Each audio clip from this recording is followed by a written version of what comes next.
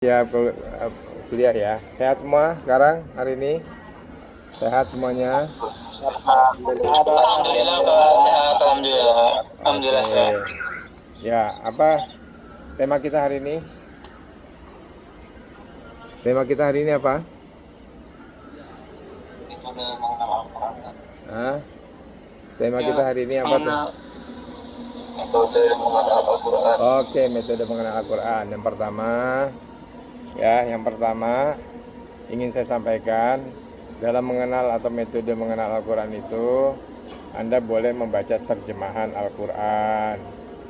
Ya, ada beberapa orang ketika membaca terjemahan Al-Quran itu jadi mengerti bagaimana Tuhan berfirman kepada makhluknya, bagaimana firman Tuhan itu bisa dipahami oleh seluruh makhluknya yang ada di muka bumi, baik mereka yang berbahasa Indonesia maupun bahasa lainnya, atau dalam pengertian yang lain, baik mereka berbahasa Arab maupun yang tidak berbahasa Arab.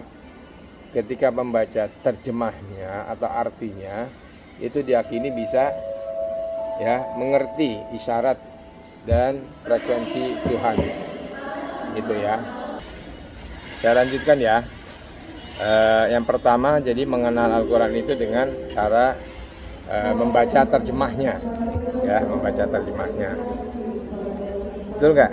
Ada yang lihat di ini, di Willen? Ya Pak. Ya. Yang kedua apa? Bagaimana cara mengenal Al-Quran? Pengenalan yang kedua dengan cara Baca tafsir. membaca tafsir. Ya, kenapa membaca tafsir? Karena kita kan tidak langsung menemui Al-Quran, menemui Rasulullah sebagai nabi kita. Sehingga cara termudah kita mengenal Al-Quran itu adalah dengan membaca tafsir, yaitu tafsir dari para sahabat atau para tabi'in yang telah menulis tafsir sehingga mempermudah kita. Nah, gitu. Jadi tafsir itu membantu kita memahami ya arti dari ayat-ayat yang dimaksud ketika diturunkan kepada manusia. Itu kira-kira yang kedua. Bisa dipahami yang kedua? Yang ketiga, Coba. rajin membaca Al-Quran. Rajin membaca Al-Quran. Kenapa?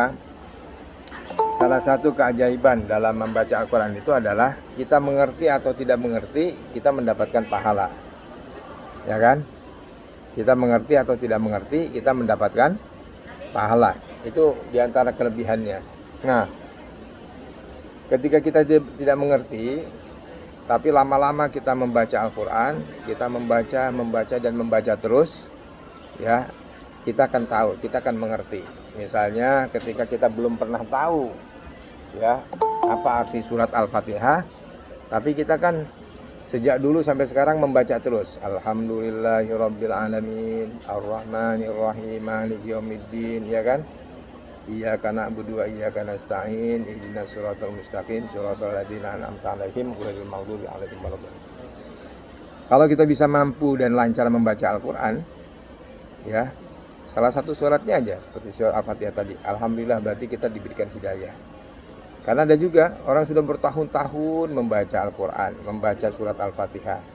Ketika mau disebutkan tidak bisa. Artinya dia tidak mendapatkan hidayah. Apalagi waktu dia menyampaikan, Bapak mungkin tidak mengerti, tidak lancar membaca Al-Quran. Saya sangat lancar. Dia mengatakan begitu. Ya, dengarkan ya bacaan surat saya. Ketika dia baca surat Al-Fatihah ternyata bacaannya salah-salah, lidahnya terasa keluh, gak bisa lagi mengucapkan kalimat dengan benar, bacaan huruf Al-Quran dengan benar. Nah, itu tandanya dia sudah tidak lagi mendapatkan hidayah. Padahal bertahun-tahun dia dulu katanya rajin beribadah, ya. Nah, cuma karena dia sekarang jadi orang murtad, akhirnya dia dibuat keluh lidahnya, tidak bisa lagi membaca Al-Quran. Nah, itu juga jangan sampai terjadi kepada kita semua ya. Hati-hati dengan bacaan Al-Quran. Nanti kita dibuat lidah kita tidak mampu berkata-kata karena kita sendiri ya menyepelekan. Begitulah kira-kira menyepelekan bahasa atau bahasan Al-Quran. Oke, itu yang ketiga. Yang keempat apa? Belajar Al-Quran dari Al-Quran. Belajar Al-Quran dari Al-Quran ya.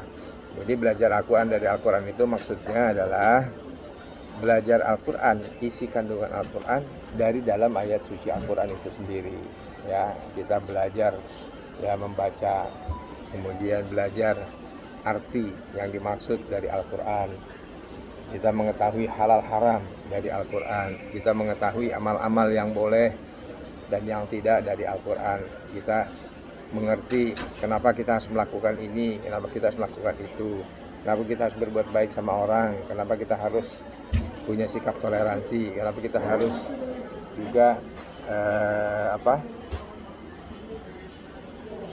bersahaja kepada semua orang, kenapa kita harus melakukan musyawarah, mufakat ya dalam kehidupan sehari-hari, atau kita kenal istilah demokrasi ya dan lain sebagainya. Nah, itu salah satu di antara belajar Al-Quran dari Al-Quran. Kita baca, kita mengetahui, kita mengerti, kemudian kita berusaha ya merealisasikan atau mengamalkan apa yang diajarkan di dalam Al-Quran. Begitu kira-kira. Itu yang keempat. Yang kelima apa?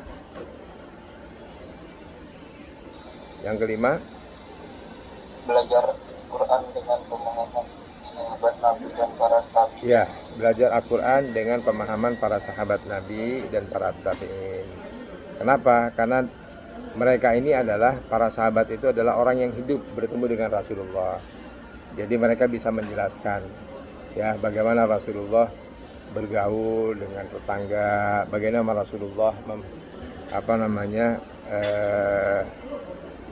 memperlakukan secara baik kepada anaknya, kepada istrinya, kepada sahabatnya, kepada lingkungannya ya, kepada orang-orang terdekatnya, apakah paman ya, apakah sepupu ya, ataukah famili yang lain ya, dan lain sebagainya. Nah, sahabat ini melihat langsung ya bagaimana Rasulullah ketika dibimbing wahyu selama 23 tahun atau tepatnya 22 tahun, 2 bulan dan 22 hari ya, mengajarkan Al-Quran kepada kita, kepada manusia, kepada sahabat pada saat itu yang hidup bersama Rasulullah, dan mereka betul-betul mempraktekkan, ikut bersama Rasulullah ketika Rasulullah mempraktekkan amal-amal yang sudah diajarkan oleh Al-Quran. Oke, lanjut. Yang keenam, terakhir ya. Menggunakan pendekatan bahasa Al-Quran, yaitu Arab.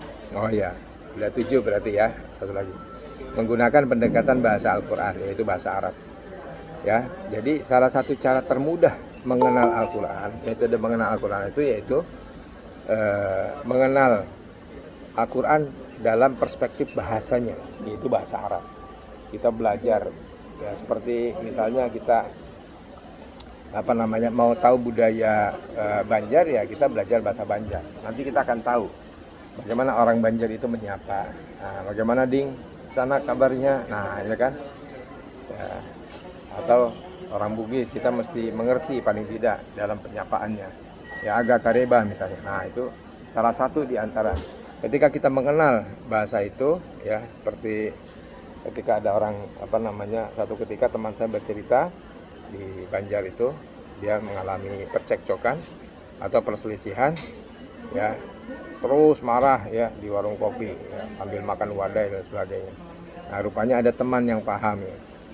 Nah, bagaimana cara menaklukkan ya kecekcokan itu. Kata dia, Ding, aku ini hanya datang ke sini jadi sangatku, jadi mohon maaflah. Nah, gitu kira-kira ya. Kita lanjutkan ya. Jadi begitu ya. Jadi dengan kalimat menyebutkan nama sambil elus-elus pundaknya begini ya, menyebutkan sabar di sanaklah, ini hanya datang ke sini hanya cari kawalan aja, kebetulan ada sepupu di sini dan seterusnya. Jadi dengan mempelajari bahasa itu kita jadi bisa akrab dengan lingkungan, kita bisa mengetahui bagaimana kita harus berkomunikasi dengan satu komunitas. Nah, ketika kita belajar bahasa Arab, berarti kita mulai ya bisa mendekat dan bisa mengetahui bagaimana tabiat bahasa Arab itu yang diturunkan oleh Allah untuk kitab suci Al-Quran. Nah, begitu kira-kira. Jadi kita mengetahui nanti dengan pendekatan bahasa. Oke. Yang terakhir adalah pendekatan sejarah, ya, atau riwayat. Jadi mempelajari Al-Quran itu kita bisa melakukan dengan cara pendekatan sejarah atau riwayat. Ya, turunnya Al-Quran, kapan, di mana, bagaimana kondisinya, situasinya, dan lain sebagainya. Nah, ketika kita mengetahui sejarah dan riwayat turunnya Al-Quran, kita bisa menjelaskan, ya, ayat ini bercerita tentang ini, ayat ini bercerita tentang itu, dan lain sebagainya. Itulah yang dimaksud dengan asbabun nuzul. Kalau untuk hadis asbabul wurud, bagaimana kebiasaan-kebiasaan yang dilakukan oleh Rasulullah SAW. Asbabun nuzul yaitu sebab-sebab turunnya Al-Quran itu kenapa, misalnya tentang khamar, karena banyaknya orang yang sholat tapi masih mabuk, ya, karena baru saja meminum minuman keras. Nah, begitu juga kita bisa mempraktekannya, ya, melihatnya dalam perspektif ketika turunnya itu seperti apa sih kejadiannya dulu gitu, ya, kenapa Rasulullah mengharamkan arak atau khamar, ya, dan lain sebagainya. Itu di antara beberapa hal yang bisa kita jadikan sebagai pedoman, ya, dalam mempelajari Al-Quran. Nah, demikian saya kira 7 hal yang bisa Anda jadikan sebagai pegangan penting dalam mempelajari Al-Quran, dan itulah metode-metodenya, ya, supaya kita mengetahui. Dan memang sangat jarang kita belajar Al-Quran, ya, dari sumbernya langsung dan kita mengetahui cara-cara. Demikian saya kira dari saya sebagai pengantar materi perkuliahan ini. Dipersilakan kalau ada yang bertanya. Oke, silakan. Hasan, Rion, Elvan, dan yang sebagainya. Silakan, ada yang mau ditanyakan? Kalau tidak ada, saya cukupkan. Saya mau ambil nilai. Sudah siap diambil nilainya?